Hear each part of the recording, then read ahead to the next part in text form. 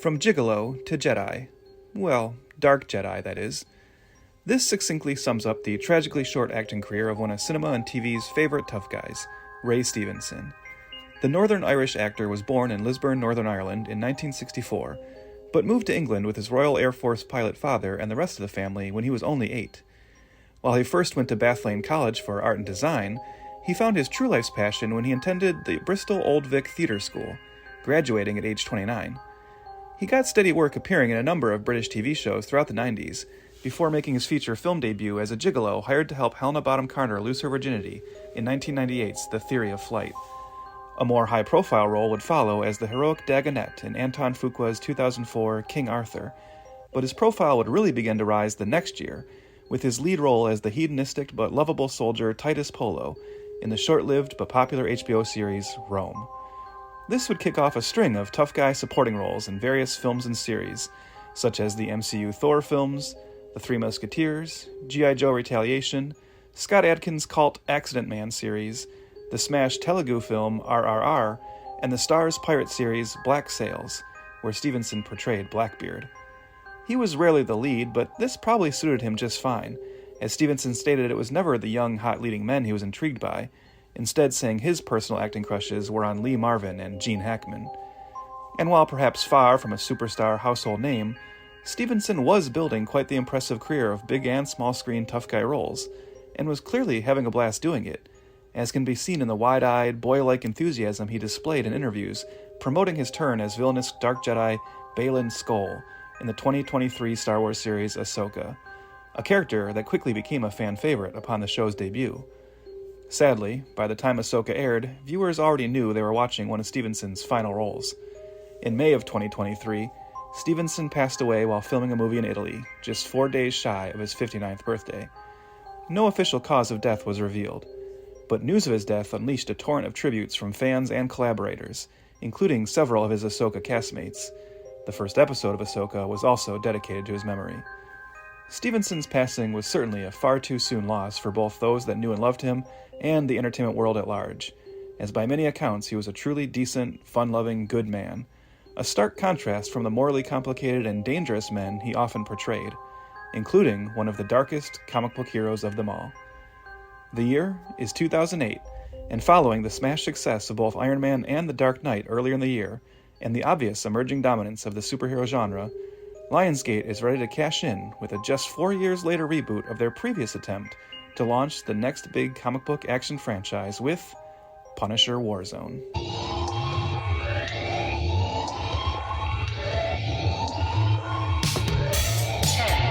9, 8, 7, 6, 5, 4, 3, 2, 1, 0.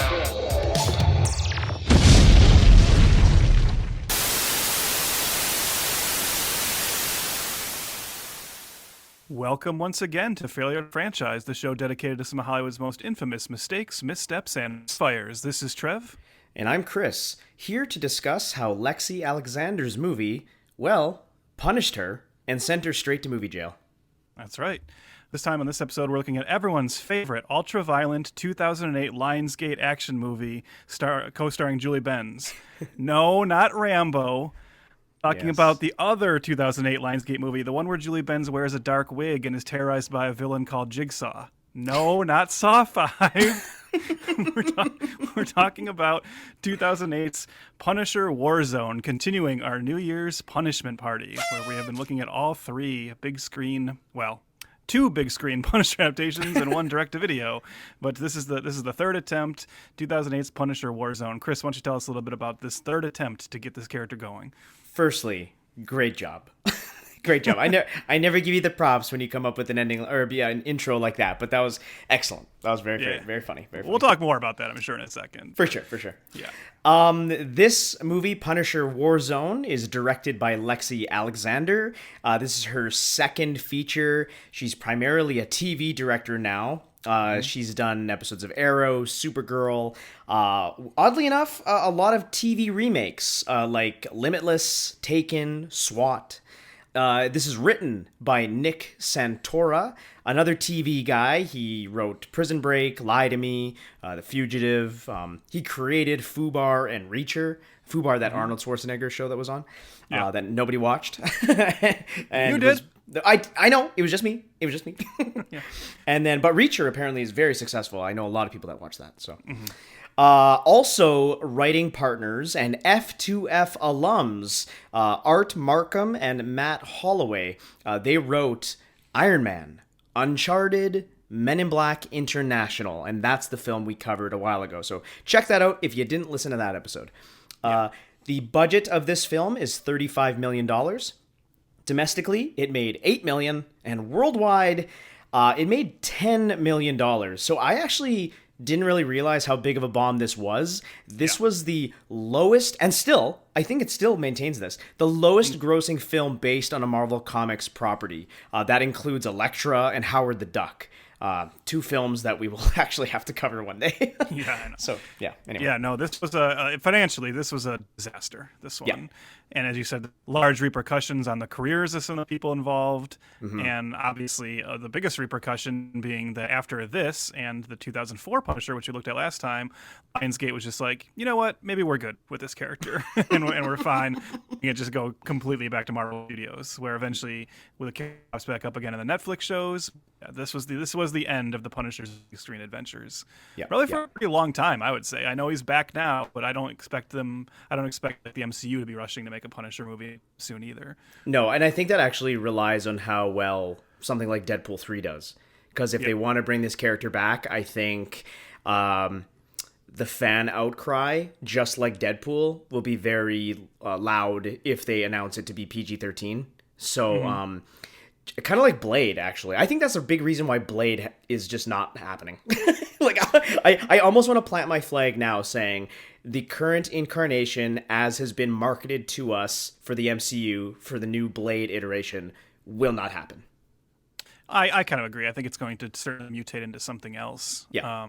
And no, I didn't say mutate as an X-Men reference.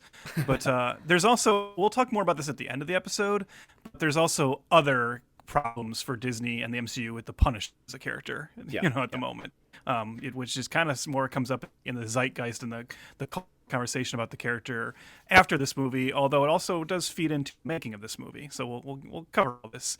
So, Chris, this is a culmination of our New Year's punishment party, as I mentioned before. We kind of covered in the last two episodes how we feel about the Punisher character in general. But, it's always someone's first episode. Maybe we should just quickly reiterate that. But more specifically, maybe we should remind the listeners what we thought of the previous two Punisher films, just to kind of catch us up to, the lead up to this one. For sure. And I love that we do that. We take a page from Stan Lee. Like we're doing a Marvel series technically right now, and Stan Lee, everybody's comic could be their first. So here we are. Yeah. Let's put this under a spotlight banner and then still make people do homework for it. Yeah, totally. Let's just fucking lie. Yeah. Why not? Nothing matters anymore. So yes, we looked at 89's Punisher with Dolph Lundgren. I wasn't a super fan of that. Trev, you were maybe a little warmer, but even still, very, very lukewarm. Go listen to that episode. Then we moved on to the 04 version with Thomas Jane. I actually have some great anecdotes about that one, and it holds a special place for me. And I actually would say that our rewatch made me kind of love it. So I had a great time, and I loved even more talking about it. So the Thomas Jane version for me personally really, really worked. Trev? Yeah, and on that one, a rewatch made me think, I realized I like it more than my memories had told me. Right. So I enjoyed it, but I wasn't quite as over the moon about it as you were. I thought it had some tonal problems. But overall, I liked it more than I remembered liking it. And thought Thomas Jane was a great Punisher. 100%. And then just the Punisher as a character, I kind of discovered him through the Spider-Man animated 90s TV show and then kind of that Thomas Jane movie. So I have a less long-term history with the character as Trev does, but I obviously like the character a lot. Both of us never watched the Netflix Punisher show, by the way. No. So throw that in there as well. Yeah, and for me, like, I'm not going to do the whole spiel again. If you do want to hear my in-depth thoughts on like the Punisher and like my connection to like his comic book history, you can listen to the last 2 episodes. But Yeah. I will say, feeding off of what I said in the last one when we looked at the 2004 Punisher, this movie, Punisher Warzone 2008, arrives at a time when I'm still a pretty big Punisher fan because Garth Ennis is still attached to the character. And as I Right. said, Garth Ennis is to me the ultimate Punisher writer. And this movie, just like the last one, is heavily influenced by his run. He's kind of starting to wind down his run at this point, but it's still going, and I'm still very, very into the character and on the comic page.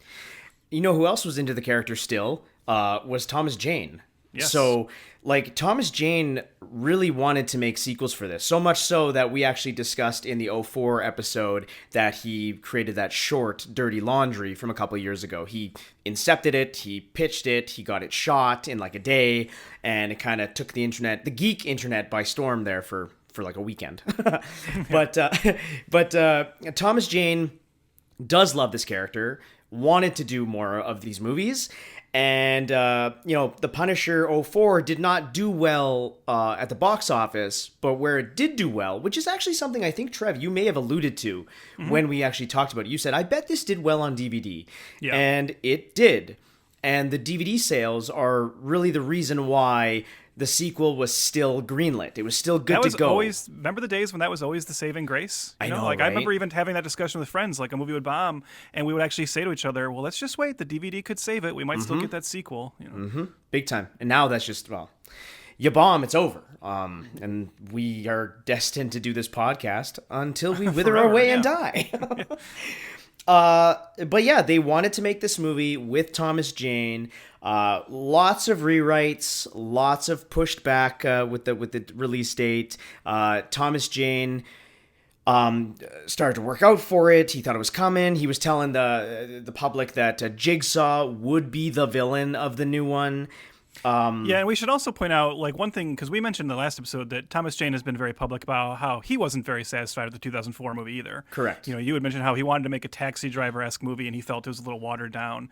And one thing that happens in the aftermath of that movie is he actually goes out of his way to get online and start talking to, like, a lot of Punisher fans. And he basically starts crowdsourcing, like, opinions, like asking fans, like, what do you want to see in a Punisher movie? And almost creating, like, a dossier of, like, the Punisher fan, like, feedback on that movie and trying to craft, take it on himself to craft a much more effective sequel. Because obviously he was looking at this as, like, his franchise, right? He want, like, when you get that involved and you're going to be the face of it. And also, you have to think he's developing the sequel at a time where comic book movies are clearly becoming a bigger deal. So he's probably seeing the actual benefit of, like, oh, what if I could make like 3 or 4 more of these, but we got to get it right.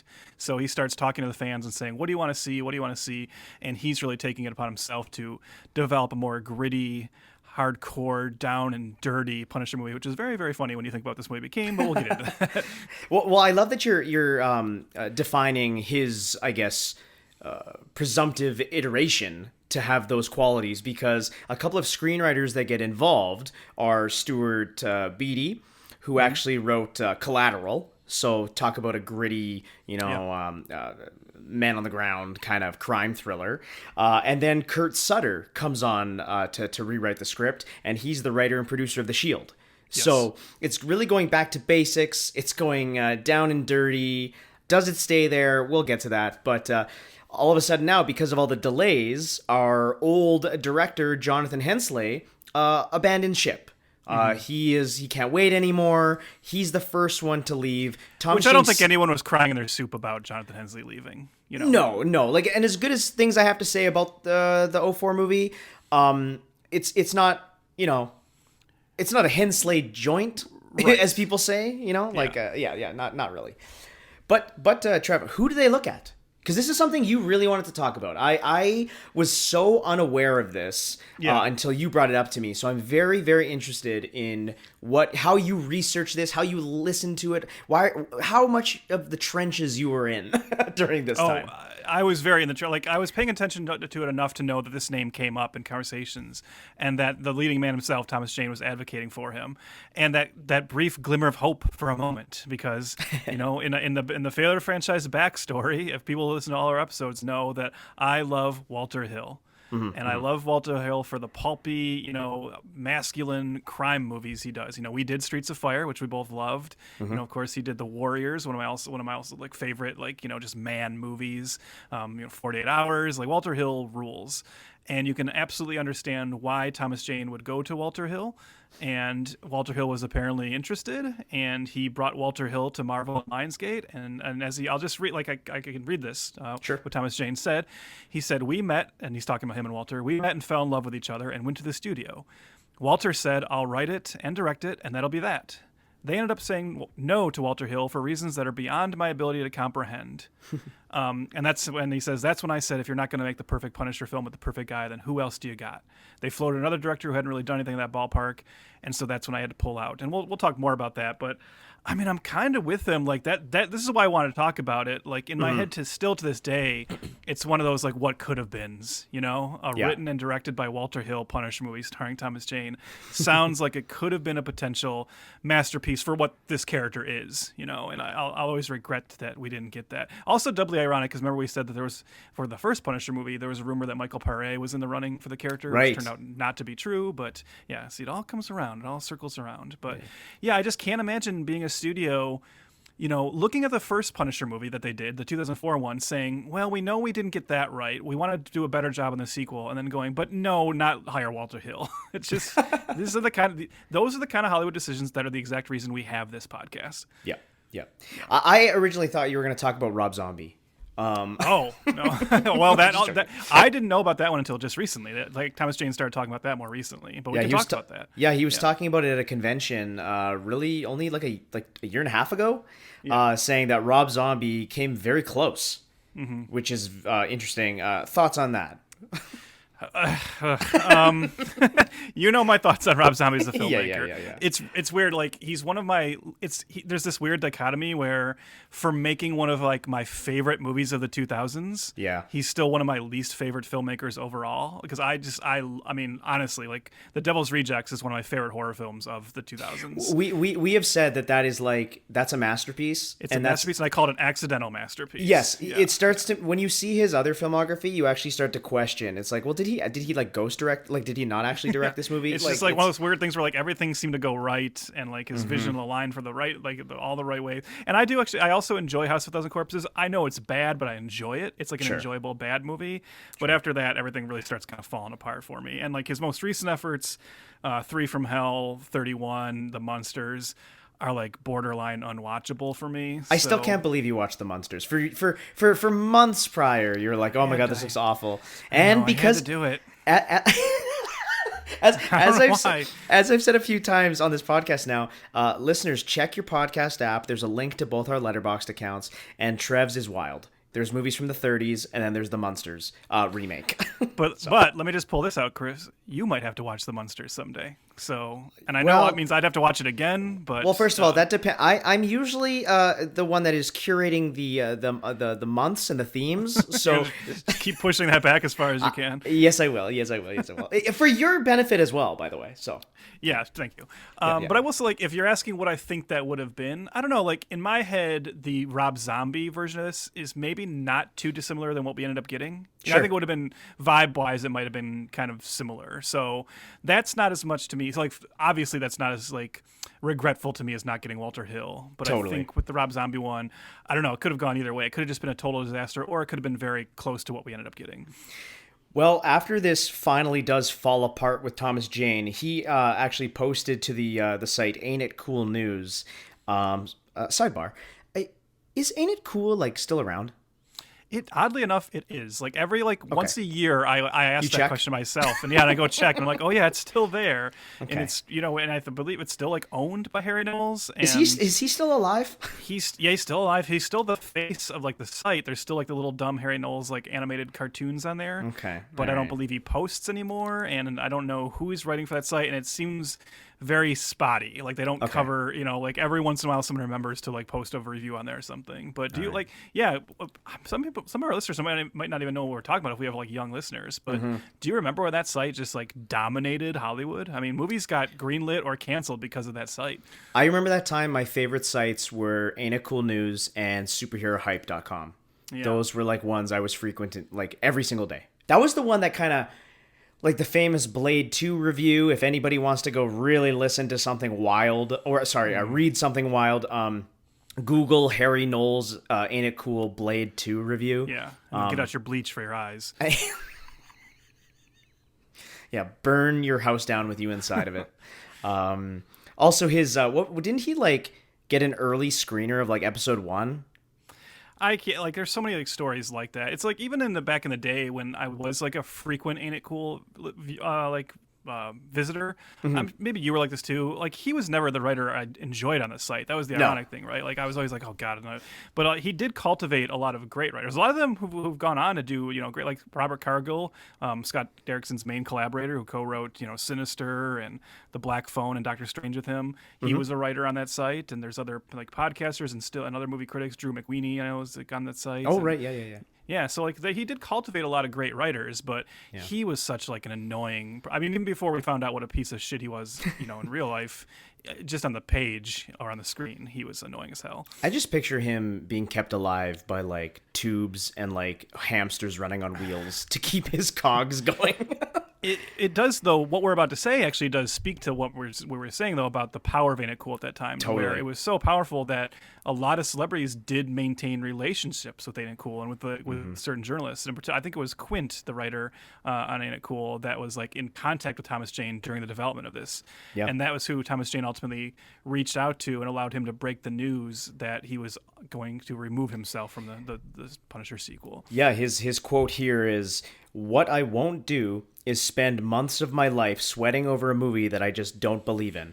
I've always loved the Marvel guys and wish them well. Meanwhile, I'll continue to search for a film that one day might stand with all those films that the fans have asked me to watch." Mm-hmm. So yeah. Ultimately, he made Dirty Laundry, a 12-minute version of that. Yeah, like how many years later? Yeah. Yeah. So who do they go to? First, they go to John Dahl, director of Rounders and Joyride. He's in talks to direct, but declines. He thinks the script sucks, and the budget is too small. Then they go to Lexi Alexander. So let's pause and give a little bit of backstory about Lexi Alexander.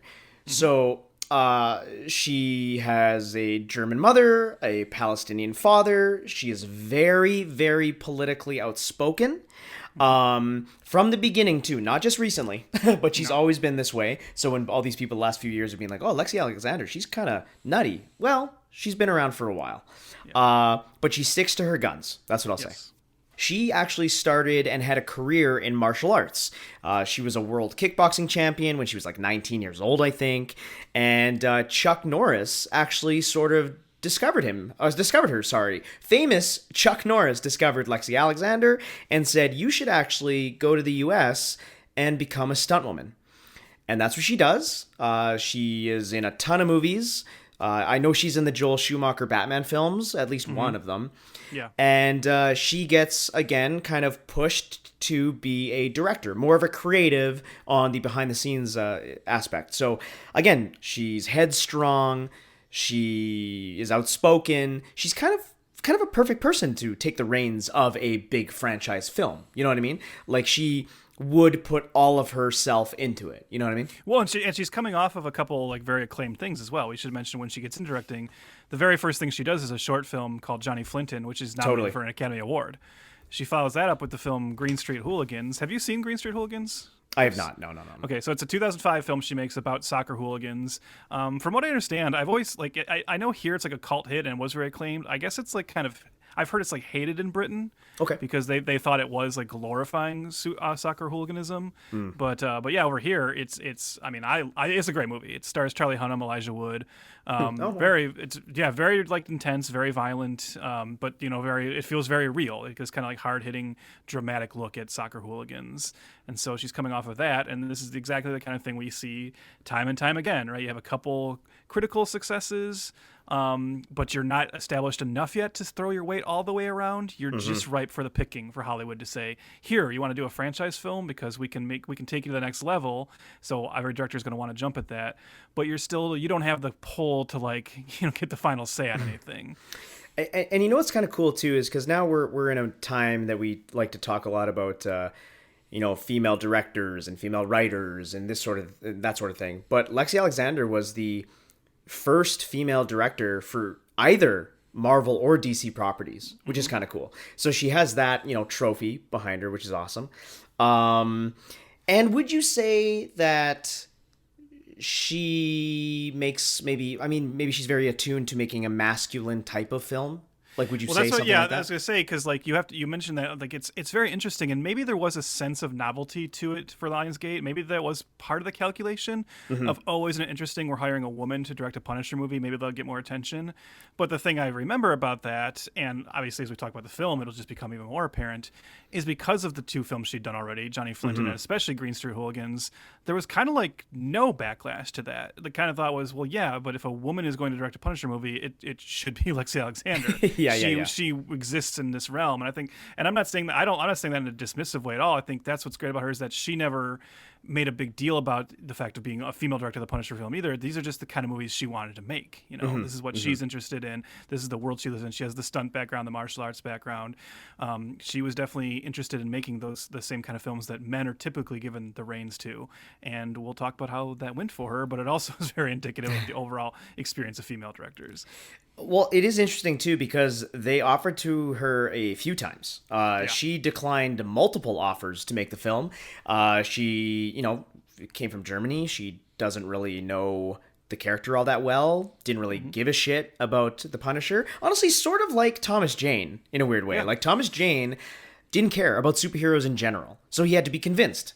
And he was convinced through Garth Ennis and the illustrations that came with his storylines as well.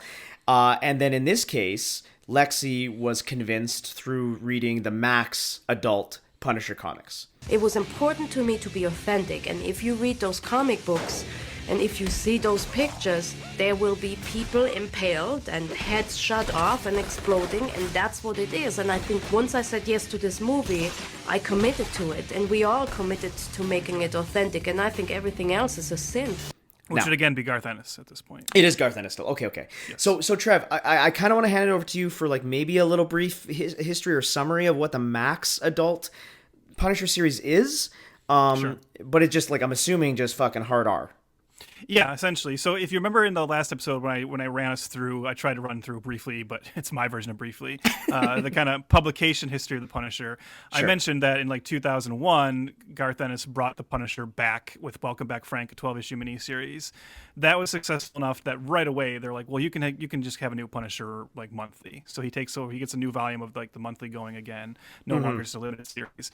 And that one is still very much the tone of Welcome Back Frank, which, as I said in the last episode, was a very over-the-top dark humor tone. The Russian fight scene in the Thomas Jane movie, the more ridiculous moments, that was kind of the tone of the initial Garth Ennis Punisher run. Very much in the spirit of Preacher, the book that had made his name, which is like a dark, book with a lot of like violence and sex and extreme subject matter, but also played very comedically. You have to have a sick sense of humor, but still comedic.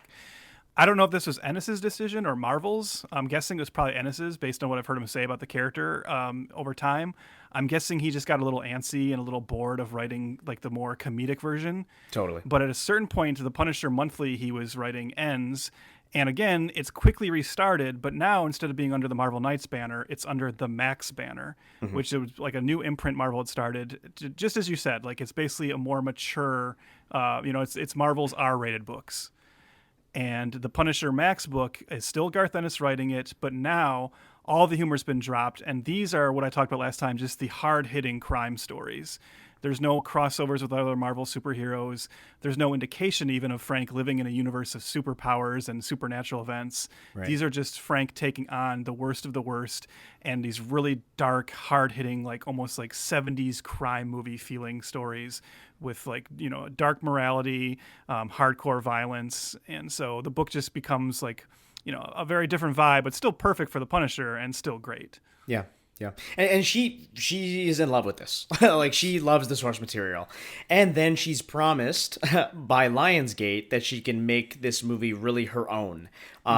Just something very different than what we've seen before. Yeah. Yeah, hold on. Yeah, exactly. The wool over her eyes. Yeah. And then she signs on the dotted line to make the film. that is going to change as they progress into the production. But first and foremost, let's talk about why they cast Ray Stevenson instead of Thomas Jane. Kevin Feige is actually the one that says to Lexi, "Hey, have you seen Rome?" Yeah. And I don't know if you've seen Rome, Trev, but I know. Oh, yeah. Yeah, like Rome's awesome. Like Rome's great. I haven't seen the full thing of it. I know it was canceled. That's maybe why I didn't keep going with it. But I know many people, including my parents, Rome was a fucking banger of a show. And Ray Stevenson basically gets the job right off the bat from Rome itself. So we'll talk about how we feel about Ray during the review, I think. Yeah, I mean, we already have in previous episodes to a certain degree, but obviously this is our first leading role, Ray Stevenson. So Totally. I guess we did do King Arthur. He had a minor role in there too, which was cool. We also did the Three Musketeers, where he played Porthos. Wow, Totally forgot. This is our third Stevenson, man. Completely forgot about the Three Musketeers. You know why I think that one evades me or evades my memory? Because it's bad? Well, that for sure. But it was during our probably, and I will give you the credit here for this theme. But the theme of May, what is it again? Say it again. Mila Jovovich. Yeah. Yes. The films of Mila Jovovich. So, anyways, that was all you, and that was hilarious. So they got to look for their villain. As Thomas Jane said a couple years ago, they were going to go with Jigsaw. That is something that has seeped over into this version of Warzone. Yeah, and we should quickly say, I'll just establish that now. No, we're not talking about Jigsaw from Saw, despite the Julie Benz connection. Jigsaw was primarily Frank Castle's main antagonist in the comics. Not a character Garth Ennis ever seemed to have much interest in, maybe because, again, it was a throwback to some of the cornier days of the Punisher. Right. But in all the initial pre-Ennis stuff, it was Jigsaw was kind of almost pretty much the Punisher's only recurring villain, because you think about it, the Punisher by his very nature is a character who shouldn't have recurring villains. He's not locking them up and throwing them in jail, he's killing all of them, and they always play Jigsaw as the one who kind of keeps evading that somehow. He's a criminal, a super vain criminal who loves the way he looks, and in their first encounter, Punisher threw him face first through a plate glass window, severely disfiguring him, and that's why he's called Jigsaw, because afterwards his face is all stitched up, and that's why he's got a bone to pick with the Punisher forever. So yeah, we have our Punisher. Now we need the villain, and as Trev said, not Saw Jigsaw, but but we need a new Jigsaw, and they first go to Dominic West. Now, listeners, Dominic West was a huge part of The Wire, playing McNulty. Yes. That's where I think everybody knows him from, including myself. Now, unlike Rome, The Wire, I definitely watched once or twice. So I'm pretty sure my dad watched it 3 times, back to back. It's one of those shows that people just watch ad nauseum, right? Well, it's one of those shows that not everybody watched. Not actually, I wouldn't even say many people watched, but the people who watched, you and I, fucking fell in love with it. Yeah, it was totally. It's just a fantastic TV. Yeah. And that was during the age of borrowing DVDs. I used to borrow them from my friend. That's starting to wind down. So that's who they're interested in. But this story gets very, very weird and twisted with the Jigsaw casting, because that's who Lexi Alexander wants, probably because of The Wire or something. She's interested in Dominic West, or maybe I can't remember if it was that she wanted it or maybe the studio wanted him, but he was not interested. We get this a lot in the Punisher series, where people have to be kind of convinced to come on.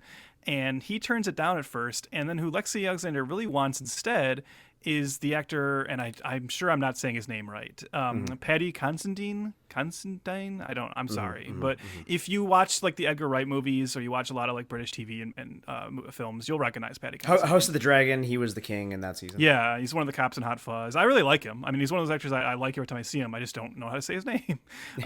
But he's who Lexi Alexander wants, and they go to him, and he's interested. He meets with her, reads the script. He's I think getting kind of close to signing on. But it turns out that maybe even above her a little bit, it turns out Paddy Considine is kind of just being used as a pawn almost. It's one of those things where hey, if we get another actor and leak to the other actor's agent that this person's signing on, maybe they'll actually say yes. And in all this time has happened, Dominic West's schedule opens up. Suddenly he's more interested, and he signs on. and apparently from what I understand, like this really upsets Patty Considine. And he's even said since, like, then later he would say, like, well, I didn't want to do it anyways. I thought the script was trash. And apparently he's, like, refused to ever talk to Lexi Alexander again. So, and she's talking about how this, like, really bums her out because she's a huge fan of his. The other interesting thing about this casting, and Chris, I don't know if you came across this in your research. Do you know about the other person that was, like, in the play for this? Was this the one that Lionsgate said no and refused? Yes, yeah. This is a crazy story. So in the meantime, and before they have Dominic West signed on, and probably when they're still, like, you know, maybe reaching out to Patty Considine, an actor that everyone knows comes in to audition, none other than Sarah Michelle Gellar's husband himself, Freddie Prinze Jr. Freddie Prinze Jr. does an audition and apparently kills it. Apparently, Lexi Alexander, the other people in the room, all love his audition. They think he's awesome. And they go to Lionsgate and say, this is the guy. He was great. He gets it. His audition is dead on. And Lionsgate says, no, you cannot cast Freddie Prinze Jr. in this. Wow. Which to me is, like, wild because he is a name, you know? And I don't know if, I would say he's even arguably more of a mainstream name than Dominic West at this time because he said The Wire was a critical hit, but not, like, any kind of mainstream success. He's the She's All That guy. Yeah, and I even saw, and we're going to talk later about Looney Bin Jim, but I remember hearing someone even said, like, imagine if you could have got Freddie Prinze Jr. as Jigsaw and then got Matthew Lillard as Looney Bin Jim, like how amazing. Wow, yeah. But yeah, so that, again, one of those, like, what could have been. I wish that audition was floating out there. I'd like to see it, you know, because I've never been impressed with Freddie Prinze Jr.'s, like, screen presence. But when you hear that when it's this kind of role and you hear that he really impressed the director, I'm guessing he had, like, this really fun over the top take. And I would like to see it. You know why I believe that is that he did a good audition is because he's a really good voice actor. And true. I forgot about that. Yeah, he has an incredible career in voiceover work, especially in the Star Wars realm, and he's very, very good at that. So knowing what we got with Warzone, with all these over the top voices and accents and stuff, I can see him going absolutely insane. So throw a mask on him, off to the races. So. I do want to. You did briefly say how hurt Lexi Alexander was with this whole situation. By the way, with the Patty stuff versus Dominic West. I do have to say this quote because, do you think Patty would have said? We're just gonna call him Patty. By the way, we're on a first name basis with that guy. But do you think he would have said that kind of stuff, passive aggressive, if she? I don't want to tip him off. I don't want to set him up for this, but because she was a woman. No, I think you're right. I think even if that doesn't occur to him, I think in Hollywood and he's not, obviously he's British, but I think in, like, the movie industry and, like, this, you know, business in general, I think there's a lot of, like, latent subconscious sexism, and I think it's very, very easy to, like, criticize her in a way, and, you know, and as this episode goes on, we have other things to say about her treatment, and is he gonna say that? This is his quote, by the way. I have to say he goes to his personal blog to express his frustrations, and he says it all means jack anyway. The only blessing was that I didn't waste an hour of my life reading the script. And for the record, I thought Green Street was a gigantic mess. Lucky escape. Now, you know what that reminds me of? That reminds me of, like, those, and again, I don't want to make fun of actors, and I know I'm putting words in this guy's mouth, and just bear with me. But that is like some white knight bullshit. You know, you read for it, you got the girl in your grasp, and she shuts you down, and you're like, well, I didn't like you anyways. Yeah. You know what I mean? And it just comes off weird. Does Patty say this to James Cameron? No. Yeah. No, of course not. And this bothered her so badly that she actually says this in this article. She goes, I'll never forget this moment in my life. I'm looking at my screen and reading all this shit he has written about me, and I'm starting to bawl. I'm crying because I don't know how I got into this position. It was an actor I loved. I thought he was a genius. But this is how it is in Hollywood. Nothing is ever the truth. I haven't been able to watch anything with him since that. And what I would say to Lexi is same here, but with Carrie Elways. Man, you just did all that just because you wanted to get to that. That had no other motivation. Just had to bring that up again. Yeah, that's it. I digress. Do you think, now, same question, reverse, do you think Carrie Elways would have cared if you were taking a picture if you were a hot woman? Oh, absolutely not. All his little minions were taking pictures, and he had no problem. Yeah. And listeners, go to our Instagram right now, and you'll see. Thomas Jane took a picture with me at the Comic-Con. So you know what? It's true. Yeah, Carrie Elways can suck it and continue to suck it. Okay. Anyways, So on top of that, all this stuff that Lexi Alexander's getting thrown her way, rumors start to actually circulate while the film is in production. And Ain't It Cool News comes up again and breaks the story, in quotation marks, or quotation fingers, that Lexi Alexander has been removed from the film. And that they are re-editing the film to a PG-13 rating. Now, this is where it gets really squirrely in the research and the he said, she said. Yeah, because and even from like Alex Alexander, at different times you have different, she's saying different things. But yeah, like she comes out being like, or no, sorry, they release a trailer at Comic-Con, and then the same day they release the trailer, Lexi's actually not at the convention, so then rumors really start to percolate, and then they release I guess an article or a statement, from Lionsgate saying, no, everything's fine. It's the whole Han Solo, like, everything's fine. How are you? Like, all that thing. And then Lexi does eventually come out saying, no, I was never taken off the film. I'm actually extremely happy with the final film. But then years later, she talks about how she never had final cut, and she actually regrets. I think we have a quote here. Trev, you have that quote, right? Yes, she talks about how, in particular, her conflicts were primarily with Lionsgate. So this is a kind of a co-production of Lionsgate and Marvel Studios, which, as we know, is what has become today. But the early version of it, right? The earlier initial version of it. So she's working with the Marvel people and Lionsgate, and she's saying that she has said that Marvel was great, but her quote is, "Marvel was an equal partner, but unfortunately, when there were creative decision conflicts, Marvel would let Lionsgate be the tiebreaker. I always regretted that I made a Marvel movie this way because 99% of their notes were much better than the studios, and I was more in tune with them." So at this point, she's now admitted, there was creative conflicts, didn't really get to make the movie exactly the way she wanted to, and her biggest beef was with the studio. Like, Lionsgate kind of kept stepping on her and giving her worse notes, and she's kind of, like I said, she just feels like if she could have just made the movie working just with Marvel, it would have turned out a lot better, which I think, the history and what follows in the years that would come probably bears that out. So Yeah. Do you want to see if it turned out for us? Yeah, because obviously, like a lot of creative conflict. Director maybe not happy with it. Cast members, there's feuds and stuff going on. This must have been a complete nightmare and travesty, right? So let's see if that's what happened. This isn't like any procedure that we've ever done before. Well, that's why I'm here, Doc. Your facial muscles, tendons, bone structure, everything. It was destroyed. Evil has many faces. You look fantastic, brother. Yes. Darkness has many allies. This deal is going down tonight. Raise your army! But there is only one who punishes them all.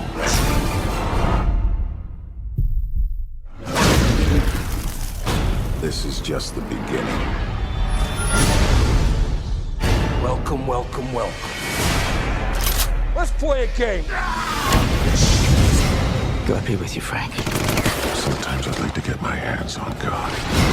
FBI, drop your weapons! You're fighting a war.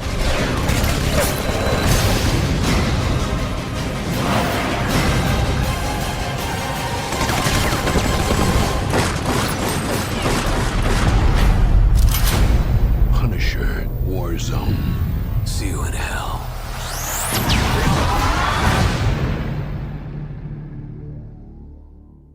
Okay, I will do the plot here. Let me just get into character. Let me take a shot of pasta sauce right into my veins. As an Italian, I'm allowed to say that. Frank Castle I gotta get my hold on. Frank Castle turns the streets of New York City red as he wages a one-man war against the Russotti crime family. Aided by his trusty sidekick Microchip in his fight against the criminal underworld, Frank leaves Billy the Butte Rizzotti horribly disfigured. Jigsaw, as Billy now self-titles himself, breaks free his crazed brother Looney Tune Jim. breaks free his crazed brother Looney Bin Jim and recruits other gangs from around the city to end the Punisher once and for all. Fantastic work. You said that Freddie Prinze Jr. is a great voice artist, but Chris, come on, give yourself a pat on the back here. Thank you. I might actually add applause to this right now. Thank you. I'll go first this time, Chris, if you don't mind, since you Sure. went first on the 2004 one. Yep. So I said, in our lead up to this and our discussion before the trailer, a lot of behind the scenes conflict with this movie. Not the movie anybody, not the movie Thomas Jane obviously wanted to make. He walked away from it. A lot of different, cooks in the kitchen on this one. A lot of different visions. Lexi Alexander coming out recently saying she's not super happy with it. All this seems to point to a movie that didn't work. And I'll even tell you, this is one I did not see in the theater when it came out. Mm-hmm. And that's significant because I just mentioned that this was still at the height of my Punisher comic fandom. But I mean, if you remember, first of all, it had a Christmas time release, which was very weird. Yeah. And also definitely played a part into its box office failure. But the reviews were atrocious. They were brutal. And I also mentioned in the last episode that I have over time I have this like up and down relationship with the Thomas Jane Punisher. But I will say that I was like up on it enough at the time, and as I said, I'd been following Thomas Jane's attempts to get a sequel made, that when he walked off the project, and especially when he said, I'm walking off the project because they're not listening to me and how I'm trying to make the Punisher movie for the fans, like everything about it, like I was like sour on this by the time it came out.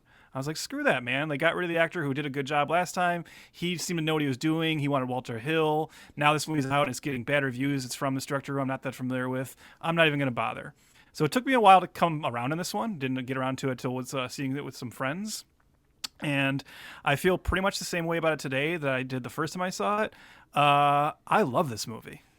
I think Punisher Warzone rocks. This is the Punisher movie I've been waiting for. Now, here's the thing. Chris, you and I, there's a word we've used before, a word we, like other critics will refer to, and that word is schlock.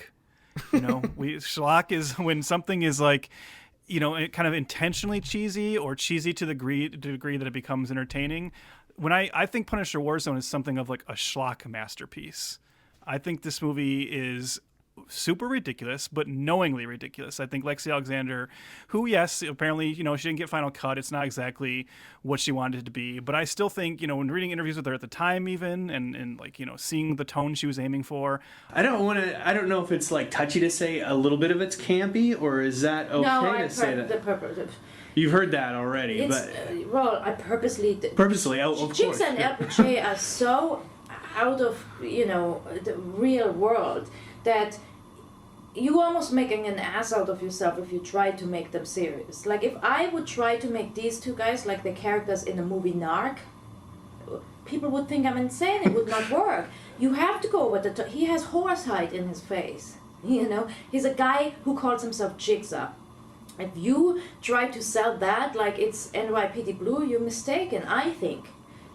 Good. I just talked to a journalist just now who said I haven't laughed that hard since the 80s in one of those action films. I'm really happy that something like this is out there, and I was like, right on, that's what I wanted. Good, you laugh. You should laugh. It's over the top. I think she made exactly the film she wanted to make, and this comes back to what I talked about with the Thomas Jane Punisher film, where I said the tonal inconsistencies are what kind of sink that movie for me. This is not a tonally inconsistent movie. This is a movie that finds its tone very early on and leans into it, and that is over-the-top, cartoony violence, very, very comic booky, very ridiculous. And I don't want to keep going. I want you to share your thoughts. But as we talk more about the movie, I actually think that's exactly the right tone for this character for reasons I'll get into. I think this is almost the way a Punisher movie has to be made, and that's why I find this one to be incredibly successful in ways that the other two are not. So, yeah, this is my favorite of the three. I'll just give that away. This is my favorite of the three Punisher movies by far. I love this. I always enjoy watching this. I always have a good time with it. So I saw this in theaters, by the way. Okay. Yeah. And then I rewatched it. Can I just read you my Letterboxd review? Sure, yeah, because I didn't look at it. Yeah, from May 30th, 2016. That was the last time I watched it, by the way. Mm-hmm. So it's been a while. You're going to sense a theme here. But I said, the amount of terribly exaggerated mobster accents is off the chart. Yeah. And I said, super campy, silly, gory, violent. The best of the three Punisher movies. Yes. So I said that back then. I am pretty much in line with that. So I'll get that off the bat. Me and you are going to have kind of a blast, I think, talking about this one. Yes. Because I think we are pretty much on the same page. Pretty much. Because I do feel like the '04 one really hit me nicely when we rewatched it. But I do think this one's great. I wrote this.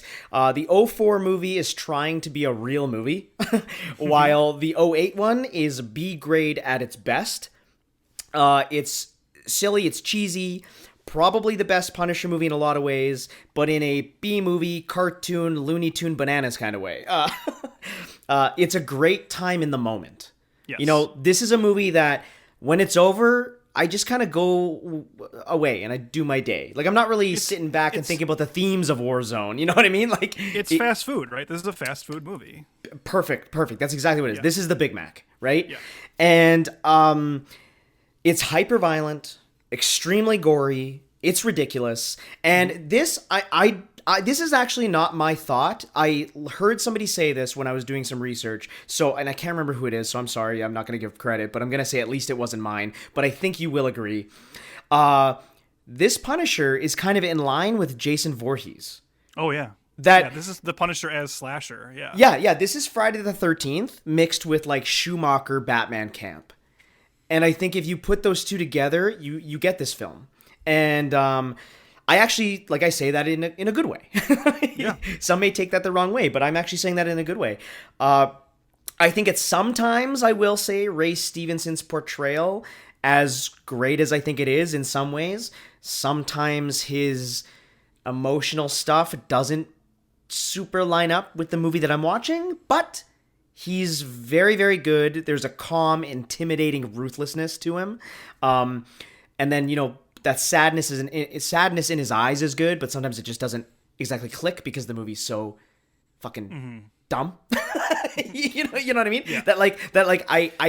The emotionality is like completely lacking. When he's holding his dead children in flashbacks, I'm like, yeah, whatever.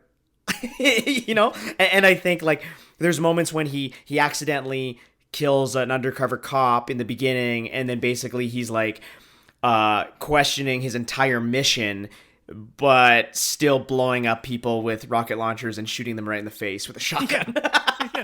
So it's like, yeah, well, it rules. What's your problem? No. I get. I'm just saying. I love it, but when this movie tries to be emotional, it just falls flat, and that's because the tone has been set, and it's just balls to the walls. So I think we're very, very much on the same page here. And yeah, let's what else? What do you want to talk about? Well, no, I think that's a good place to start, because one thing you didn't mention, and so let's just talk about that so we get out of the way, because one thing you didn't mention in your plot synopsis is that's a really important plot element of this movie as well. And it's honestly something that I remember reading Punisher comics back in the day and thinking about, like, why doesn't this come up more often? You know, if somebody waged a one-man war against criminals to this degree, the collateral damage would be gigantic. Yeah. And because it's a comic book, and because you need the Punisher to be a hero, the comics would always just kind of, you know, like blow right past that. No, he's only killing people who really deserve it, of course. But in fact, the entire reason, you know, I think I said this in the previous episodes, I enjoy vigilante stories. I don't want vigilantes in real life, you know, because it's obviously a slippery slope to where, of course, they're ultimately going to make mistakes, or they're just going to get power hungry. You know, vigilante justice is not really the answer. And I think if you make these revenge films, you have to have an element of awareness of that. In the comics, you can just say, like, oh, he's always in the right, so we just accept it. Mm-hmm. But this movie, surprisingly enough, for a movie this dumb on every level, this movie does mix in a pretty compelling, dramatic storyline as well, in that during one of the initial action scenes, the Punisher shoots and murders a gangster who he then finds out was not, in fact, a gangster, but was an undercover FBI agent. And when the Punisher finds this out, he's obviously very dismayed. And as you said, there's a moment where he thinks about quitting his entire mission because of this. And that creates the other kind of dramatic through line where he discovers that this agent had a family. He has now widowed a woman and left her young daughter, not an orphan, but she's lost her dad. Yeah. And the Punisher tracks them down, and first he attempts to give them money, but then you find out he's really there to kind of try and I actually really like this idea. Again, like, as dumb as it is, this is kind of a deep, compelling idea. he's honestly there to give the woman an opportunity to kill him if she wants to. You know, he realizes if I'm the Punisher, this is what I do. I killed an innocent. She should have the opportunity to do the same thing to me. So he gives it to her. She does not take it. But they end up becoming, you know, characters throughout the film because she ultimately has to protect them too. So did you like in that scene where he's handing over a bag of cash, you know, right after showing the kid a flashlight? The whole thing I was thinking, I was like, he's just giving her more flashlights. Like, anyway. Yeah, it's a nice little moment. And, you know, Julie Benz, I'm a big fan of Julie Benz. Every time she's in something, I'm just like so attracted to her. You know, it's who isn't, number one. Yeah. But like me and you both are big, you know, I mean, it's sacrilege to say, but we are Whedonverse fans. And Angel and Buffy, and she plays Darla, and I have to get this out of the way because Dash Mihawk, who plays Martin Soap in this movie, I have always said every time he shows up in movies or anything, he is discount David Boreanaz. I can kind of see that, yeah. Yeah, I've thought that for years. So it's funny that like discount Angel and then Darla are in this movie, and they do eventually cross paths for like a quick scene. But I do like Julie Benz. She is, you know, she's not. You know, she's not gonna win any awards ever, but I think I just like seeing her. You know. No, and I made that joke at the beginning of the episode. Like, if you're like me, if you're like us, Julie Benz fans, we were eating good at this time because I don't know what Lionsgate had on her, but she was in 3 Lionsgate movies this year. That is kind of ridiculous. That's I remember the time when those came out and saying to my friends, like, is this like, are we going back to the old studio days where actors were like under these horrible contracts with studios? Like, did she somehow get herself wrapped up in a weird Lionsgate contract? Because they were cranking her out for 3 movies that year, and the fact that 2 of them have villains named Jigsaw is very, very funny. But yeah. Can I talk about the cinematography real quick? Oh yeah. So again, this iteration of the film series, Lexi Alexander wanted to really focus on the Max series, right? And I guess in the Max series, there's a very simple color palette, I guess. So they, with her cinematographer, they really look at making this otherworldly, right? It's very harsh colors. The palette is like the contrast ratio is like shot through the roof. I actually thought this is very Dick Tracy-esque, another film that we covered. And Jigsaw himself is kind of a Dick Tracy villain. In my opinion. Well, yeah, So because like one thing her and the director of photography, Steve Gaynor, one thing they have specifically said is they went for a 3-color palette, which is what Dick Tracy was trying to do as well. There you go. So, yeah. There you go. The photography in the film has matched up what is in my mind is what I remember reading as a Punisher book, and I was just totally blown away by what the cinematographer did in this film. Was, Steve Gaynor and Lexi made I think a hugely bold and courageous commitment to actually use basically what is in the comic books is a 3-color palette in black to white, with the then you've got the flesh tones, and by committing to that, like Steve would light up 4 city blocks in a green wash and use a yellow sodium smoke, and then a neon red, and then black to white, and that would so what you're getting is this heightened world, and it's like the characters are just slightly heightened. You know what I mean? They're not caricatures and they're not like pantomime-y, but they exist in a comic. We brought the comic book to screen, and that took a huge commitment from Lionsgate and Marvel and Lexi, and a tremendous vision to actually make that step. So it's got this like otherworldly feel. It's got this like it's taking place in New York, but like Trev said, it's a living, breathing comic book. You do feel that level of fantasy that allows you to have fun with it. It's a clearly heightened New York. That comes into like some of like what I meant when I say this movie is like knowingly silly. There are a couple moments that I every time I wouldn't say it's like a laugh out loud, but it's like at least a nice smile, where they'll just show the Punisher walking down the streets of New York in full Punisher gear, just covered in guns, and just like walking by people, and nobody bats an eye. And it's just like, okay, this movie knows what it's doing. It's this movie is putting us in a comic book version of New York that comes from the color and just the tone, the personalities. It's not aiming for realism, and I think that's reflected in the cinematography. Like, so this is a movie that announces itself very early on as being different than the previous movie, and honestly different from a lot of action movies. Yeah, and I think that's important because this is something I was trying to allude to a moment ago when I was talking about the tone and like the importance of understanding vigilante justice. we didn't mention this in the lead up, and it's kind of a bummer to talk about, but one thing that happens in the time between the first movie and this movie is the Virginia Tech massacre. And the Virginia Tech massacre, a student there went on a mass shooting spree, many lives lost. And from what I understand, I believe he was one of the shooters that ended up having like a Punisher poster in his room even, And that whole thing kind of put there was a moment there where Hollywood was not sure they wanted to have, movies with a lot of excessive gunplay anymore because people didn't want to be reminded of this tragedy that just happened. And that almost derailed the Punisher project. And to her credit, Lexi Alexander went to the studio and said, look, don't worry. I'm going to make this movie so ridiculous and so over the top that nobody could take this as real. Nobody could think this is a real commentary on violence. The Max series is outrageously violent. Most of the people say I've created some great new kills, and I did. But also I have to admit some of them are exactly copied out of the comic book. The exploding head, the guy on the fence, those are taken from the comic book. And I just kind of think that if you're an 18-year-old kid who spends his pocket money or the money you get at the ice cream store that you work so hard on a Max comic book every week because you love it, and I make the film that you're going to spend $10 on your ticket, I have to give you that. Otherwise, let's not make the movie. And that's where I say this. That's when I say this is the best Punisher movie and what I think a Punisher movie has to be. I think she's dead on because what works on the page doesn't always work on screen. And I think for the Punisher to work the best, and I know we're going to talk more about the current controversy about this character and everything.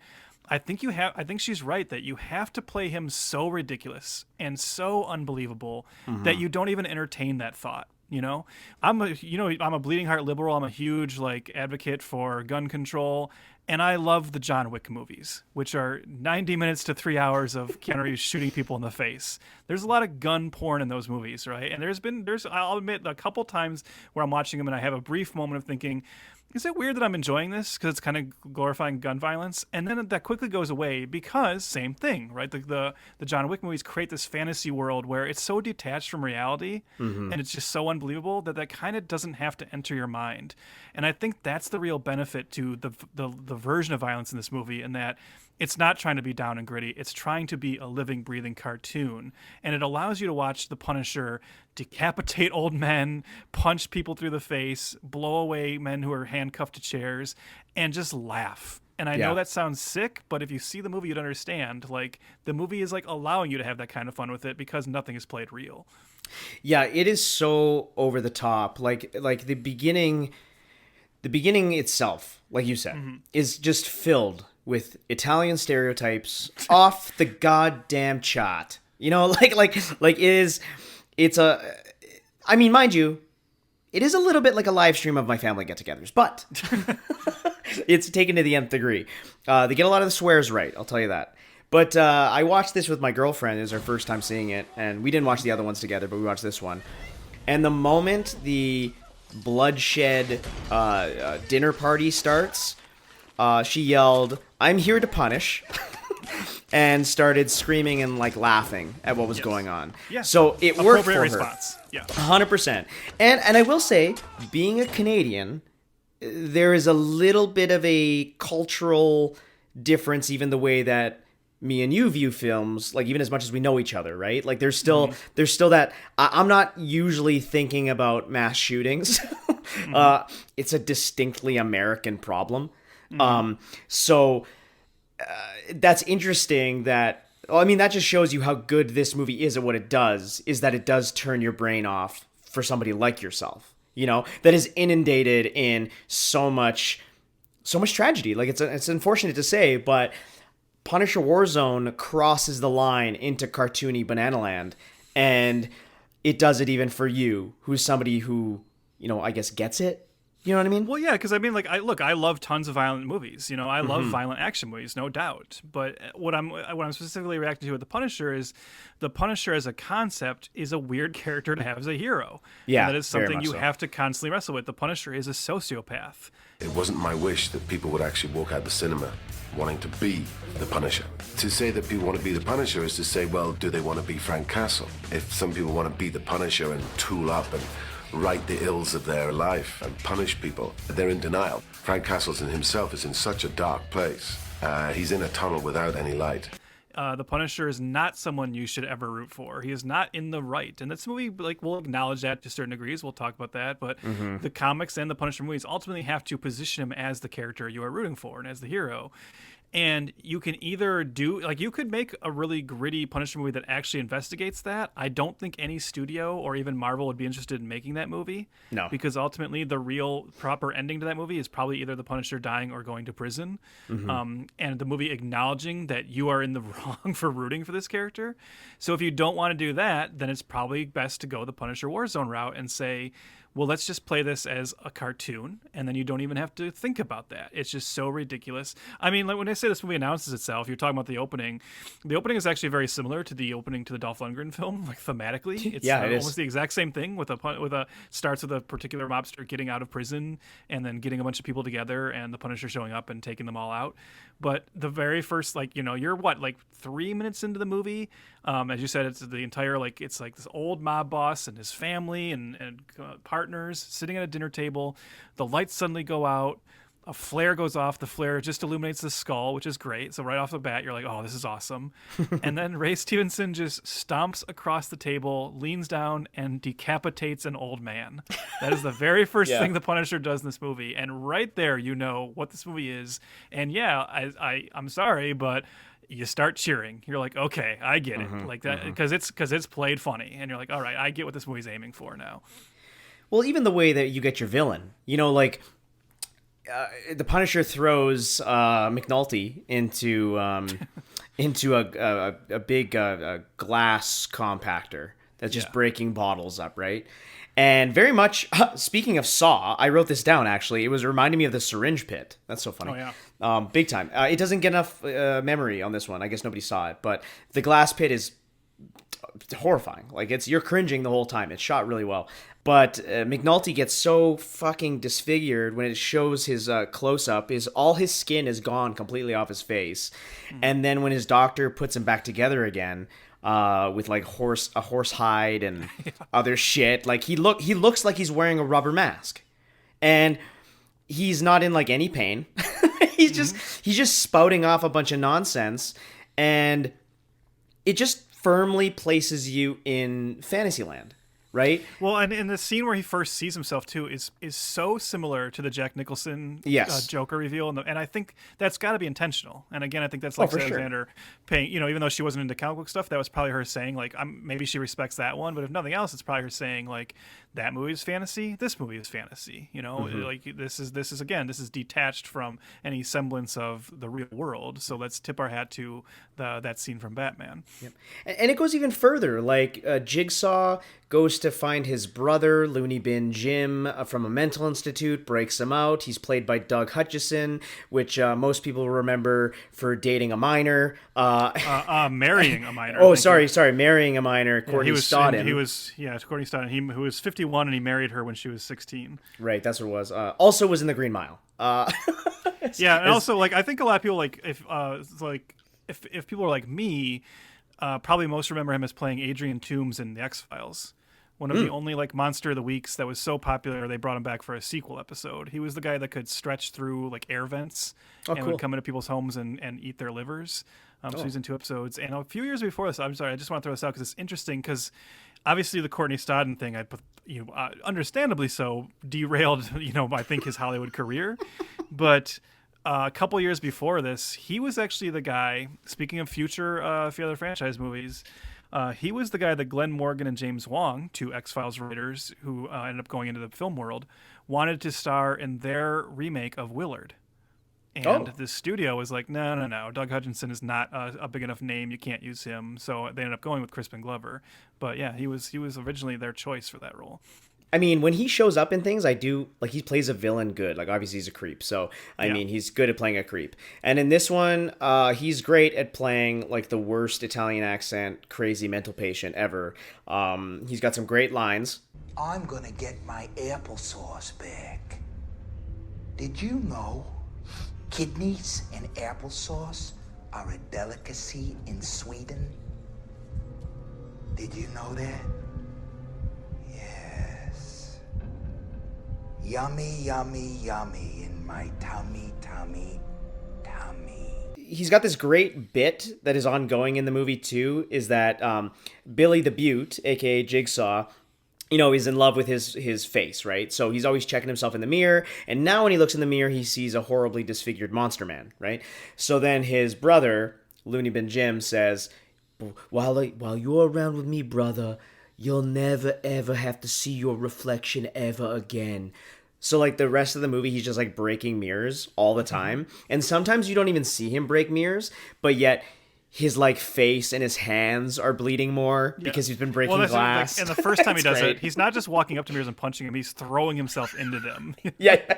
And he's just getting progressively more and more injured. It's funny because this is one of those things we talk a lot when we do adaptation movies about the perils of adaptation and what do you change and what don't you change. And the first time I saw this movie, going into it knowing Jigsaw is the villain, as I said, Jigsaw is a recurring Marvel villain. He's battled the Punisher many times. Okay, it makes sense. If you're going to keep making Punisher movies, eventually you're going to get to Jigsaw. Jigsaw never had a brother named Looney Bin Jim in the comic. Right. That is a creation for this movie, and oddly enough, it's a character that survived many drafts of this script. Like in my research, I found out that that's a character that was he survived like different writers coming on. Like for whatever reason, I don't know if it was Marvel or studio, they wanted this new character named Looney Bin Jim, Jigsaw's brother. And I would say I don't understand why until you see him, and then you go, oh, okay, maybe they just knew that if they got the right actor who gets this, that is a funny memorable character. And yeah, as soon as he's talking about applesauce and kidneys and throwing himself into mirrors, you go like, all right, yeah, I accept this. I don't care. I don't care that he's not from the comics. This character's fun. Yeah. Hey, you mentioned Punisher walking around in his tactical gear and nobody cares. I think that is funny, but I will say, why did they fade his logo so much? Well, what's wrong with 2 out of 3 Punisher movies negating this logo? What's happening? Tell me. I will say, for as much as I'm going to praise Lexi Alexander during this episode and the job she did with this movie, she, much like the director of the first movie, was it Mark Goldblatt or whatever? Yeah. She also was apparently not a fan of the skull and didn't like, and like her, and I get her argument. She was saying well, I don't think anybody would actually have the skull because it's just a target or whatever, but she was convinced you have to have it. And so that was her idea, to just dull it down so it's not as much of a target and it's not as prominent, but at least it's there, Yeah, it's annoying. It's annoying. That's a big note. I really, he looks so good in that tactical suit. It makes sense what he's wearing. The neck guard is awesome. Yeah, I love the look of him in this movie. Yeah. Oh, it's so practical for what he's going for. He's so scary. He's so imposing, right? Obviously Dolph Lundgren was a big guy, but we talked about how they didn't have him in any kind of costume, and they gave him weird makeup, made him look like a zombie. Yeah. And then Thomas Jane was ripped, but still kind of a more regular sized man. And Ray Stevenson looks like Frankenstein's monster as the Punisher, which is ironic because later in the comics, you're going to roll your eyes so hard that you might die when I tell you this, Chris. But there was a point in the comics years after this movie where Wolverine's son, Daken, killed Frank Castle, cut him up into multiple pieces, and a mad scientist stitched him back together, and for a year, he was Frankencastle. Yeah, that's what I thought would happen. Unreal. Chris. No, back. Yeah. That was acting. Yeah. That is horrific. But sometimes you wonder how Marvel Comics got so far. Yeah, but that aside, just how imposing and how scary Stevenson looks is perfect, and just on a visual level, he's my favorite Punisher on a visual level too. Oh yeah, he looks great. As much as I like Thomas Jane's trench coat and everything like that, he looks awesome too. And he does go all tactical at the end where he's sleeveless and shit, and he looks fucking beefed out. This one is the most practical, awesome Punisher look, definitely. And I just wish 2 out of 3 of these movies were allowed to say, hey, no, the logo must be bright and stop being so lame. Well, and even what I've seen of the Netflix series, which I know neither of us have watched, but even that, anytime I see him, it's the skull's there, but it's still not it's still kind of not bright white, not prominent. It's all right, guys, come on. It's in the fucking logo of your show. It's on it's on the cover. It's on, anyways, I digress. Yeah. But other than the look of him, I do think Ray Stevenson, like you're saying, is a very imposing, threatening Punisher. And some of the stuff he does is like hilariously brutal. So it's like it really goes back to our slight just disagreements or just kind of just I guess conversation with the other two movies that Frank would just probably murder a guy. Mm-hmm. And I think this one gets that right because Frank doesn't give a shit. Yeah. I think because Warzone, we didn't even say this yet, but there is no real origin story here. Warzone takes place like 5 years into his career. So he's firmly planted as the Punisher in New York City.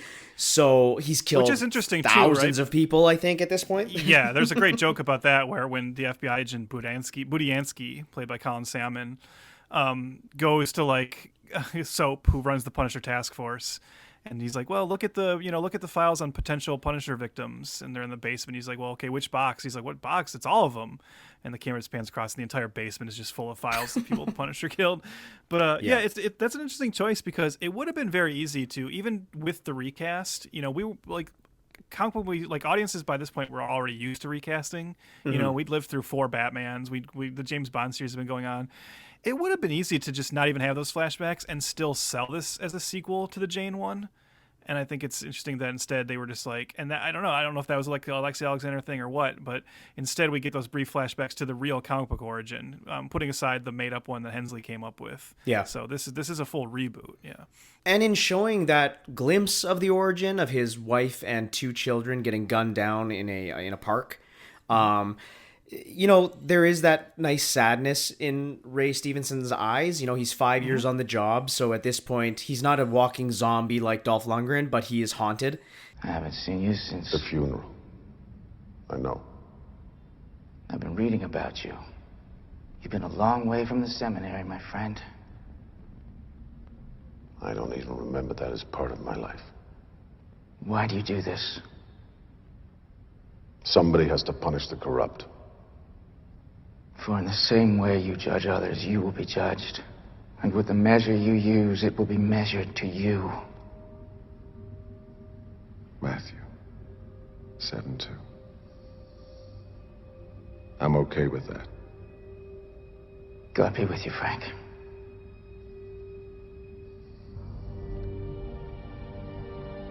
Sometimes I'd like to get my hands on God. He's obviously filled with like regret and dismay in the movie, and this is where my slight problems with the movie show up. Is that again the emotionality doesn't exactly hit the way it should, but I'm glad it's there. You know what I mean? Yeah, I'm kind of with you. I actually do think, as much as I'm saying I'm glad the movie has like a pretty consistent tone and it's usually over the top and dumb, I actually really do like the scenes between the Punisher and the little girl, of like the daughter of the innocent man he killed. I think they play those scenes well. Except like Julie Benz, she's just not. You kind of feel bad for her because in a movie full of ridiculous characters or violent characters, she's just like the wife. Yeah. The wife who's lost a husband. She doesn't get a lot to do. She's kind of just there to vindicate the Punisher at the end. But I like the stuff with her daughter in the Punisher. I think that's played well. Like when he has, like in his sewer lair, he brings them down there to protect them, and he's got a trunk full of his kids' old like possessions. Mm-hmm. And the little girl opens it up and starts playing with their toys. And she's like, "Is it okay? Would she mind if I played with this?" He's like, "No, I don't think she would." I like those scenes. That's a nice little glimmer of humanity and drama in an otherwise fucking stupid movie, which I say lovingly. Again, this movie does what it sets out to do. Yeah. And a lot of the time for me, that's the way I want to rate movies. I'm very, I wear my heart on my sleeve when it comes to films and even my critiques of them and whatnot. But I think this movie does what it sets out to do. It wants to be a crazy Banana Land movie, and it is. And when it wants to be emotional, it is. And do they gel perfectly? No. But I'm glad they're there, as I say. Ray Stevenson's great. The kid's great. Did you clock that he doesn't even say a line of dialogue in this movie until like about 25 or 26 minutes in? It's funny you say that because when I was watching it, I actually couldn't remember if he had any dialogue. So there was a small part of me that was like, oh no, is this another movie where your character doesn't speak? Because I bring that up because me and my girlfriend, we don't watch a ton of movies together, but we watched No One Can Save You. And then we watched Silent Night, the John Woo, the piece of shit John Woo movie. Mm-hmm.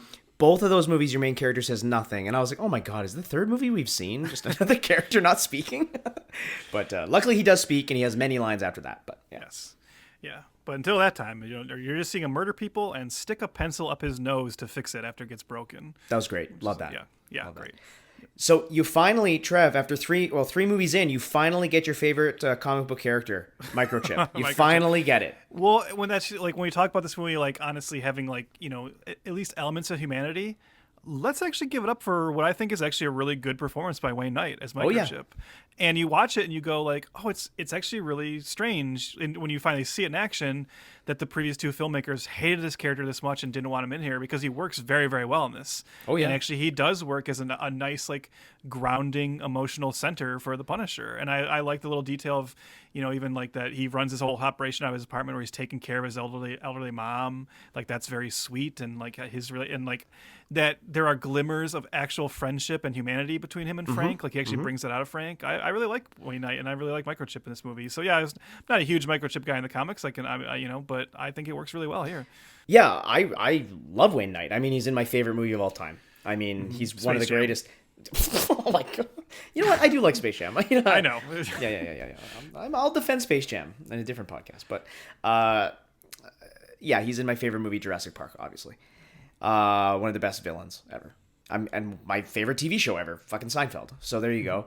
Not fucking Seinfeld, that's a different show. But Seinfeld was a long-running 90s TV show, for people who don't know. But he's great, and I love especially the scene where they go to his apartment, and Frank is leaving, and then Micro's like, wait a second, to his like flunky, and he's like, get the two Berettas. And the guy's like, why? He's like, just wait. And then Frank like has a change of heart and comes right back in, and he's like, "Here's your guns." It was great. No, I love that. Yeah, it's great because that's like it's funny, but also it's a nice character moment where he just knows Frank that well, right? Totally. Like, it's almost like you're like, this probably isn't the first time Frank has said he's quitting. This probably like happens all the time. Like, yeah. One other scene I really want to talk about is the recruitment scene. Oh God. This is where, if you don't understand the movie you're watching, I can't help you. You know what I mean? And also this I mean, the entire movie, but like this scene too is like almost like the key to like Dominic West's performance. It would be really easy to watch this movie and say or think Dominic West is giving a bad performance. But no, like, again, if you haven't, go watch The Wire, or like really almost like anything else Dominic West has done. This is not a bad actor. This is a great actor. Yeah. He didn't suddenly forget how to act when he made this movie. He knew what this movie was, and he decided to lean into it. And this is something I love. Like, I know we've had this discussion before. I love when actors who almost their entire careers are like serious work. I love when they're like, I want to make a dumb, silly movie, and they just like go for it. And Dominic West is doing that, and that is perfectly encapsulated with the recruitment scene. Relax. We're looking for a few good men. And we'd like to offer you the opportunity to be all that you can be. Now, we've all suffered loss at the hands of the Punisher. And because we don't look like everybody else, and because we don't act like everybody else, nobody does a goddamn thing about it. Well, I say, he ain't the only one can take the law into his own hands. So if you're as sick of this cocksucker as I am, raise your armies. You'll be well paid. You'll be well armed. And at the end of it, the Punisher will be dead! And yeah, this movie honestly just gained a cult following. Like, it was a disaster financially, a disaster critically, but there's some pretty big names in the geek world that, I mean, they seem to always want to have an opinion on geek stuff. But Patton Oswalt and Kevin Smith are always talking about these kind of things. But both of them sing praises of this film. Scott Derrickson sings praises of it. So much so that I think all three of them have made connective tissue towards the Netflix shows that you've been referencing, Trev. Is that like, you know, these Netflix Daredevil show and then like the Punisher show came out and they were like hyper violent, very simple color palette, down and dirty, you know, of course more serious. But, you know, people have looked at those those Netflix shows being like, whoa, Lexi was doing this a couple years ago. And it doesn't really get the credit for laying the groundwork. That's what I would say. Yeah, that's why, again, the story nowadays is that she didn't have final cut, and obviously we'll talk in a bit about the fallout of this with her career and everything. So, I don't know what like her relationship is with this movie. Now, I know she's proud that it's a cult hit. I don't think I would be around for The Punisher 2. Maybe 4 or 5 if they would give me final cut on it, but that doesn't even happen for Martin Scorsese anymore. I think that this was one journey and it turned out really good for me. I'm not going to push my luck twice. I think for me to top this one in this franchise, I really would have to have total freedom, which for people who spend $35 million on it is hard to give, and I get that, Mm-hmm. I think I have to jump to another studio and, go from there. I'm looking at other comic book films.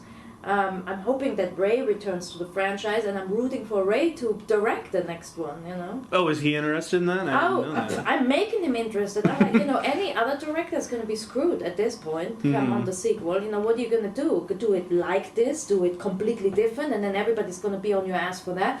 He is the one that actually my team would be returning to him because they love him so much, and he's completely immersed in The Punisher. He could do it. But I mean, you do watch this movie, even if she didn't have final cut, and even if this movie had a lot of like creative concessions, this is still a director vision movie, and it's very clear that she made the movie she wanted to make to a significant degree, I'd say. And, she amped up that cartoony violence we're talking about. I mean, look, I'm going to love her forever. Whatever what else happens, like in terms of like her filmmaking, I have to love her because I wanted to bring this up. We can't do a discussion for this movie without talking about one of the greatest moments in cinema history.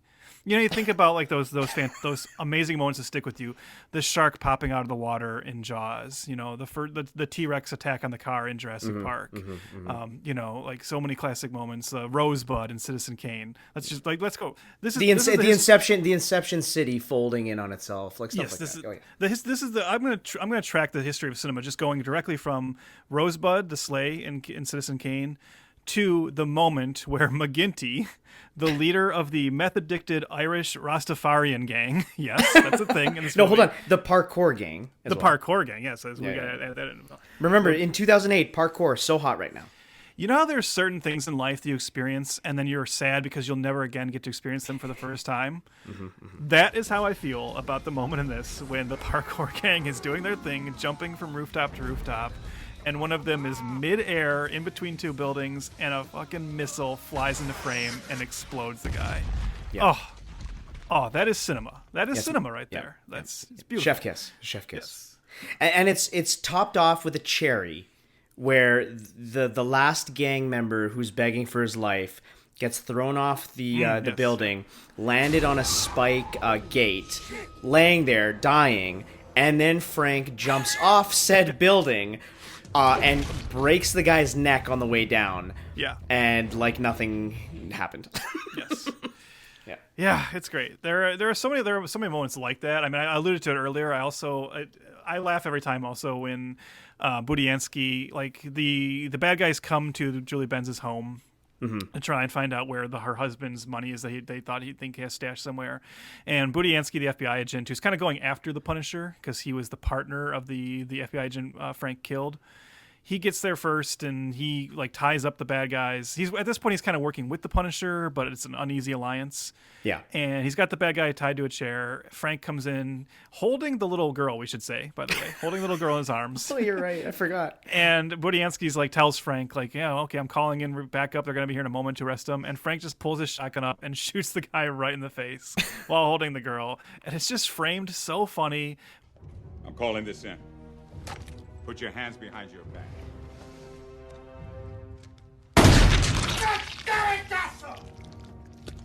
Budiansky's like angry reaction. Oh, it's just great. And again, I don't understand people who could watch this movie and not get the sense of humor. Like you go back and you look at some of the reviews of the time and there were people who were like angry about this movie. and we're just like, oh, and I could, I can get not getting it, but like not understanding that it's trying to be funny is like baffling to me when you see moments like that.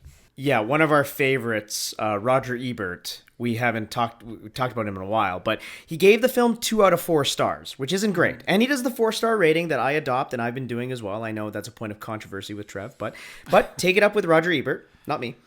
But his quote for this film is, "You used to be able to depend on a terrible film being poorly made. No longer. The Punisher Warzone is one of the best made bad movies I've ever seen." And that's like, I don't even know if that's a negative review or a good review. Like, it's no, like, his 2 out of 4s are strange. Yeah. Should we talk? Like, I do briefly want to talk about, because I think if there is like a weak link performance, it is second-rate David Boreanaz, Dash Mihawk as Martin Soap. Yeah, he's bad. What do you think? I mean, like, so that's a character that is pulled directly from the Ennis run. That's a character that was in Punisher, or it was in Welcome Back, Frank, and then continued into the first monthly. And kind of the same idea. He's like a loser cop who he's very unlucky. None of the other cops like him, and basically as punishment, they make him the entire Punisher task force. And an unforgiving job, because none of the other cops want to catch the Punisher. They actually like what he does, and they're just happy he takes care of their work for them. And Martin Soap is like the most weak-willed person in the world. The reveal ultimately in this, spoiler alert, that he's actually working with the Punisher. That is something that happened later on down the line in the comics. So this is kind of just like cutting out a lot of that history. Right. But so I like that Soap's in this movie because I always like that character. But I don't know. I just find Dash Mihawk's performance, like, I know we were saying the movie's like cartoony and over the top, but he's almost like overdoing it, or he's just not good at it. I think this is the thing. If he's supposed to be maybe Frank's man on the inside for the FBI, right, that's kind of feeding him information, he can't be as goofy as he is. And I don't even think he's doing a goofy performance. I think he's just kind of a goofy looking actor. Like, he's just he's like one chromosome removed from David Boreanaz, you know what I'm saying? I'm keeping that in there. Yeah, fine. But I mean, he's in a lot of things. He's a character actor. He's been in a million things. But every time I see him, I'm like, this guy's not my guy. Well, and don't get me wrong, I don't like saying anything bad. I don't like talking shit about actors. No, never. But I'm just saying he's the weak link in this. Yeah, he's bad in it. So, listeners, obviously you can tell from the last, hour and a half or so that me and Trev really like this movie. If you have not seen it, definitely check it out. Unfortunately, though, in the beginning, I made a joke that this threw Lexi Alexander in, movie jail. And it did, and sort of continues to. She's really just been in TV, like I said before in the beginning. So, Trev, like, the fallout from this, it seems to have affected her mostly. Because, Ray Stevenson went off to make things until his unfortunate demise about a year ago he died. And then Dominic West, obviously, everybody else is having a career. But Lexi Alexander, what the fuck happened? Yeah, I mean, she's like, she acknowledges what we just said about how it's gained a cult following. She has said, to read a quote from her, on Twitter every day, there will be someone saying, "Thank you so much for making Punisher Warzone. It's the best comic book movie. I see the residual checks, and it's very interesting when you actually see them grow, you see it finding an audience." But nevertheless, she also says, "I went to director's jail after Punisher, and I haven't made a studio movie since then. I can't say it's because no one has offered me one. It's also me. I didn't want to go up for one because this was such a horrific experience. 10 years of being reminded that you got fucked because you're a woman, it's hard. It's been a long 10 years, So that was obviously an interview 10 years after with her looking back on it. But yeah, she had a very bad experience making this movie, as we said. Despite her denying it at the time, it definitely sounds like, at least in post, there was some fuckery going on with them kind of, putting their thumb down on her. Now, that's not necessarily an experience that's unique to women directors, but it's definitely worse for them. And what is fairly unique to women directors is when one kind of significant failure does just entirely derail your studio career. You're not given another chance. And as you said, she's also a very outspoken person. She does not pull any punches online talking about politics. You said she is half Palestinian. And like in recent months, she's been very, very vocal about the Israel-Palestine conflict in a way that I'm sure, as we've seen, it probably does not earn her a lot of friends in the Hollywood circles. Right. But she's already burned a lot of those bridges anyways, because years ago, she was one of the first filmmakers to advocate a very pro-piracy stance. Were you aware of that? Do you remember that? When she was like kind of advocating people pirating movies, and a lot of filmmakers were jumping down her throat for that. So she's a very controversial figure in general, but even still, with the cult following this has gained, and with like, you know, the initial strength of Green Street Hooligans, it's I don't want to say it's suspicious to me. I get what it is, but it's frustrating to me that she would not be given another chance, and that we haven't seen, like, you watch this movie and you go, I do want to see her bring this vision to more studio stuff and more stuff with an actual budget, and unfortunately that's not the case, and she's had to slink off to TV. Not that that's not respectable, but it's just a shame. You know, it's a shame to have her directing, like you said, like, you know, Supergirl and Arrow. Those are shows that she can't flex her creative muscles on, because you, as a director of those, you're following the showrunner's rules, and you have a week to make it. So I watch those shows. I can't tell you what episodes were directed by Lexi Alexander. You know, I'm sure nothing about it stuck out to me. Yeah, and it's weird too in the age of Netflix, where they greenlight everything and anything and give people $200 million to make junk. It's strange that even Lexi Alexander can't be given, you know, $50 million. Well, hey, I don't know if you noticed, that continue, like what we're talking about even continues to today, because she made a movie in the last couple of years called Absolute Dominion. You mentioned how Patton Oswalt is a huge fan of Punisher Warzone. He clearly maintained a relationship with her because he's in that movie. Also in that movie is Alex Winter from Bill and Ted fame. I want to read you. This is a science fiction action film written, produced, and directed by Lexi Alexander. In 2085 AD, the world has been destroyed by religious warfare. Desperate to save humanity, global governing forces host a gripping, no-holds-barred martial arts tournament. Last fighter standing wins absolute dominion for one faith. That sounds pretty awesome. That movie was made by Blumhouse and was made with a co-partnership between Blumhouse and Netflix. It was made, filmed. Guess what? Both Blumhouse and Netflix dropped it. No shit. And now it's just sitting there with it, and we might never see it. And so it continues to this day, you know, and it's just a damn shame. Yeah. Wow. Yeah, I'm looking on IMDb, it says post-production, but that must mean it's just sitting on a shelf, like you said. Yeah. Wow. Yeah. So I mean, like I like I said, I understand this is the lowest grossing Marvel movie of all time. I get it. We know. That's why we're talking about it. But history is full of so many male directors who have had bombs like this, who still got to make other movies. We talk about this all the time. And the fact that this just like, they were like, nope, that's it. Sorry. It's just bullshit. We're far enough in this podcast. You know, we've been doing about 3.5 years now. And, you know, we're creeping up to, I think, 90 episodes, give or take. And I mentioned F2F alums almost every other episode at this point. So, you know, this podcast is failure to franchise, where, yes, you do fail to franchise, but these other people that are involved continue to go on to fail other franchises. It's so weird to me. Like, is that all? That's all the creative voices in Hollywood, I guess, right? That's all we got? These guys? Yeah, I don't know. It's just like, I definitely advocate people. You know, you might not agree with all her political views. She might rub you the wrong way with some of what she says, but that's again speaking to her personality and her refusal to not speak her real thoughts and opinions. But I definitely recommend people track down her interviews, particularly talking about the plight of women in the industry, because she's just been very, very open about it in a way that is very illuminating, very depressing, but very illuminating. And I always enjoy hearing her talk about it, even though, unfortunately, that enjoyment comes from just the fact that she's talking about how terrible she's had it and how terrible other women have had. But I'm glad someone is speaking to it in an honest way.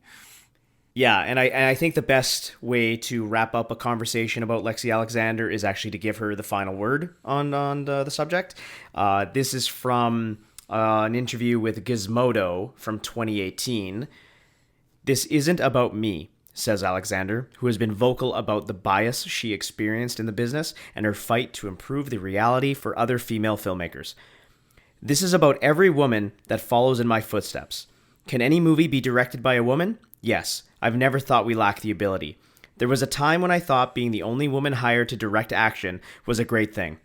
Now in the last few years, I've understood how far and deep discrimination goes to the point I correct people when they say to me, "Oh, Lexi, you know why we love you? Because you're a woman and can do action." There's this idea that if you're a male, you have to do action.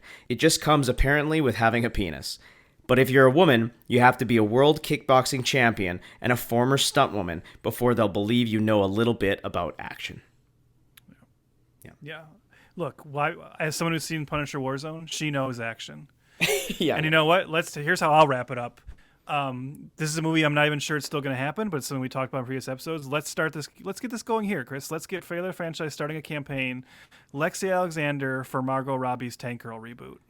Like, wouldn't that be perfect? Like, That'd be think sweet. about this tone put on Tank Girl. Like, that's exactly, and like Lexi Alexander working with Margot Robbie, two women who don't take any shit from Hollywood. Let's do it. And yeah, at this point, Robbie has like all of the power in the world to do really whatever she wants. Yeah.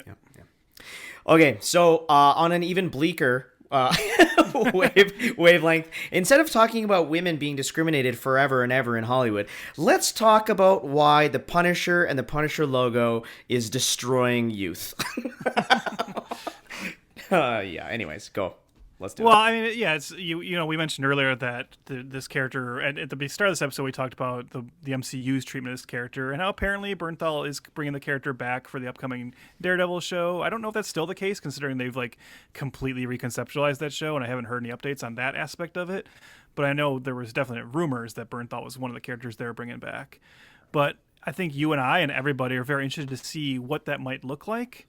Because it's coming at a time where even since, you know, it's only been a few years since the Punisher Netflix show, but even just in those few years, this character has become even more controversial and more of like a firebrand to even talk about because, and I know I've brought this up in previous episodes, but because of the unfortunate like appropriation of the character's logo and mentality by the wrong people in real world, you know. So police departments putting the Punisher logo on their cop cars, the military, you know, using the Punisher logo, and just obviously, you know, militant dipshit assholes taking Frank Castle as a hero. Again, looking at him as like with no sense of irony, right? Like not getting the satire of the character, not getting that the Punisher is really a villain who is just a main character in the story, not understanding that for the character to work, as we said, it should be fantasy, and instead thinking he like what he stands for is like, oh yeah, you know, you don't take any crap and there's got to be outside the law.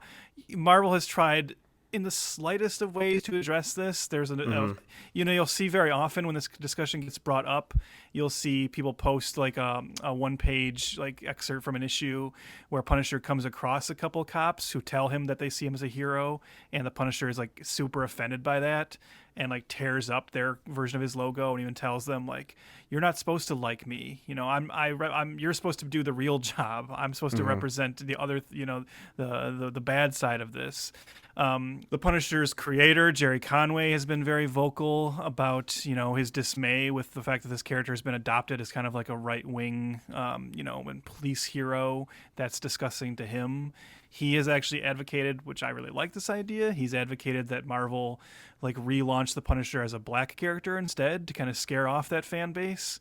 So in recent years, like just in the last year, Marvel put out like a new Punisher book where they changed the skull logo. They made it into like a different kind of like weird looking, almost demonic skull. And that was story based. Obviously, I mean, we know why they did it, but they at least gave it a story reason to where the Punisher was recruited by the Hand, the supernatural ninja organization from the Daredevil books.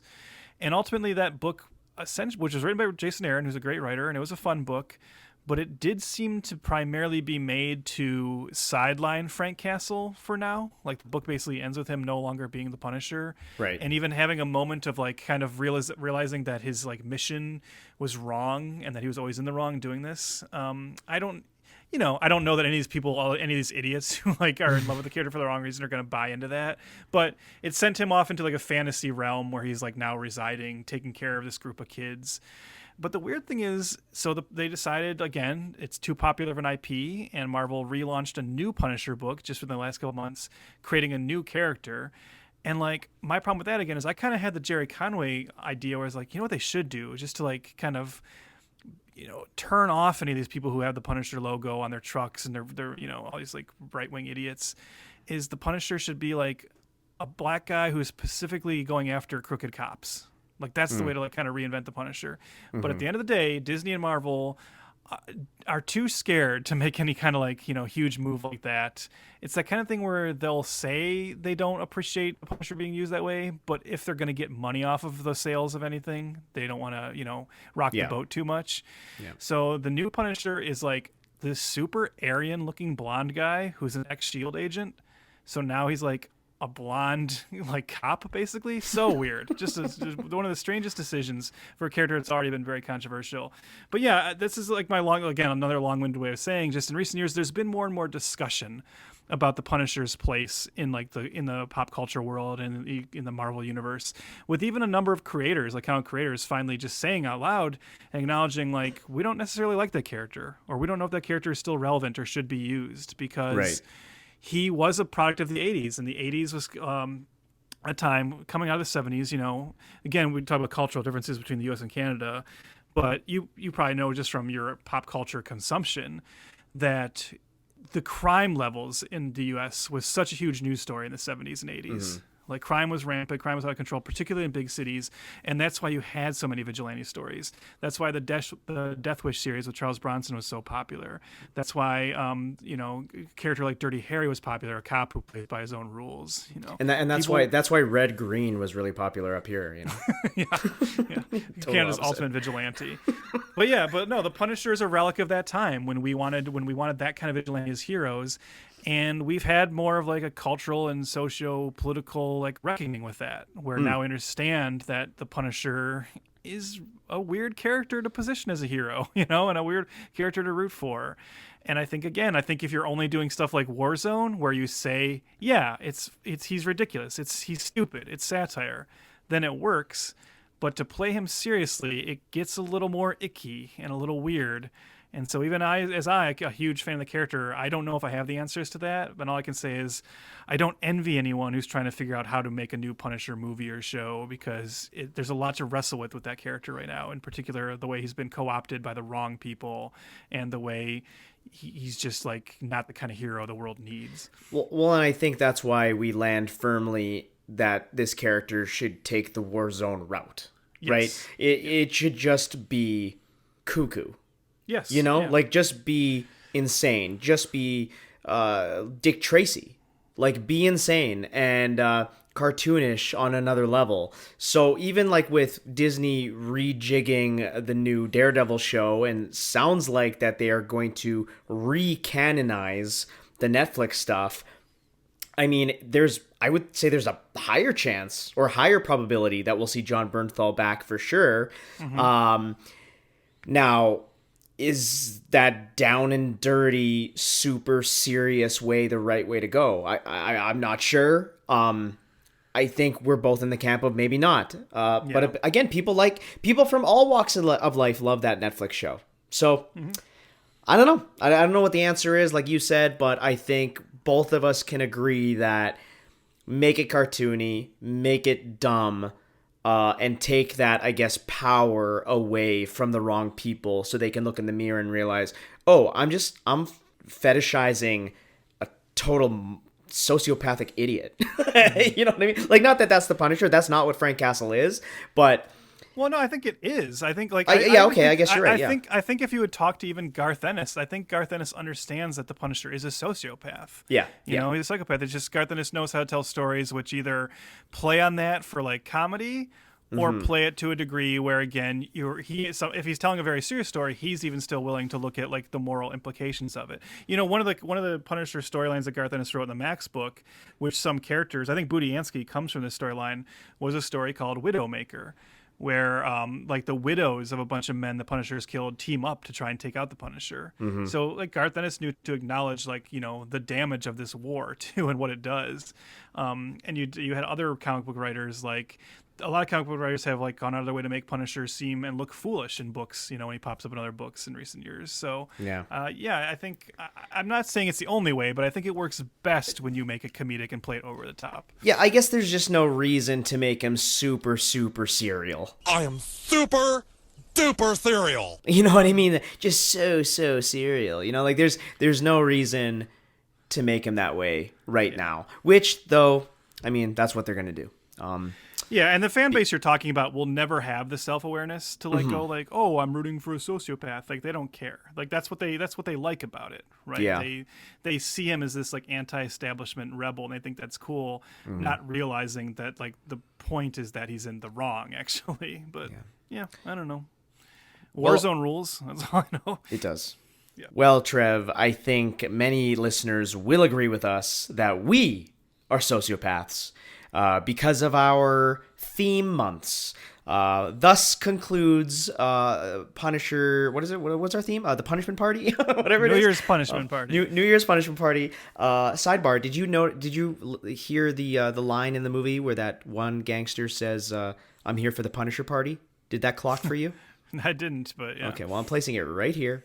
I'm here for the Punisher Party. And I'm smiling, so that's great.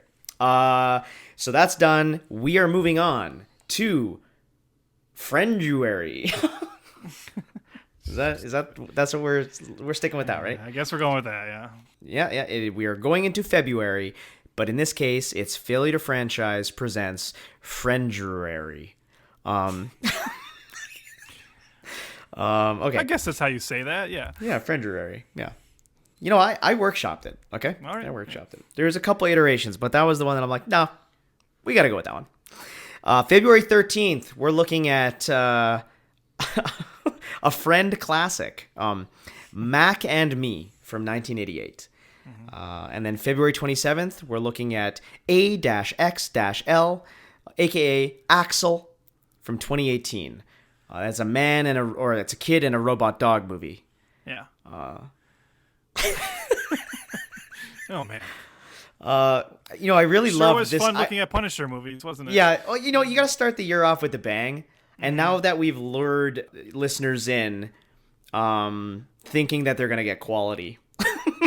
Remember I said, like, when we talked our discussion about the 2004 Punisher, and I talked about the importance of like tonal consistency, and then we're like, let's go from Punisher Warzone to Mac and Me and Axel. Mhm. So we don't practice what we preach here. That's the point.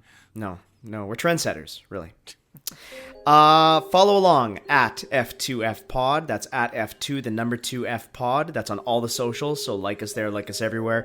Rate, review, whatever you do. A star rating would be great. A little blurb or a review would be sick on your apps. That would be great. And just join the tribe and hit that subscribe and stay along with us throughout Frienduary. And hey, rest in peace, Ray Stevenson. Yes, of course.